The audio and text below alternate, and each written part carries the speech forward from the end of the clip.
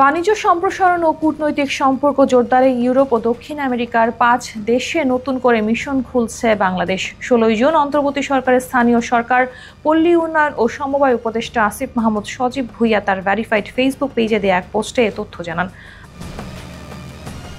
তিনি বলেন, ভূ রাজনৈতিক পরিবর্তন, আন্তর্জাতিক অর্থনৈতিক বাস্তবতা ও এলডিসি থেকে উত্তরণ বিবেচনায় এই সিদ্ধান্ত নেওয়া হয়েছে। এর মাধ্যমে ইউরোপ ও দক্ষিণ আমেরিকার সঙ্গে রাজনৈতিক সংযোগ জোরদার, বাণিজ্য সম্প্রসারণ ও প্রবাসী বাংলাদেশিদের উন্নয়ন প্রক্রিয়ায় সম্পৃক্ত করতে 5 দেশে নতুন মিশন স্থাপনের উদ্যোগ নিয়েছে পররাষ্ট্র মন্ত্রণালয়।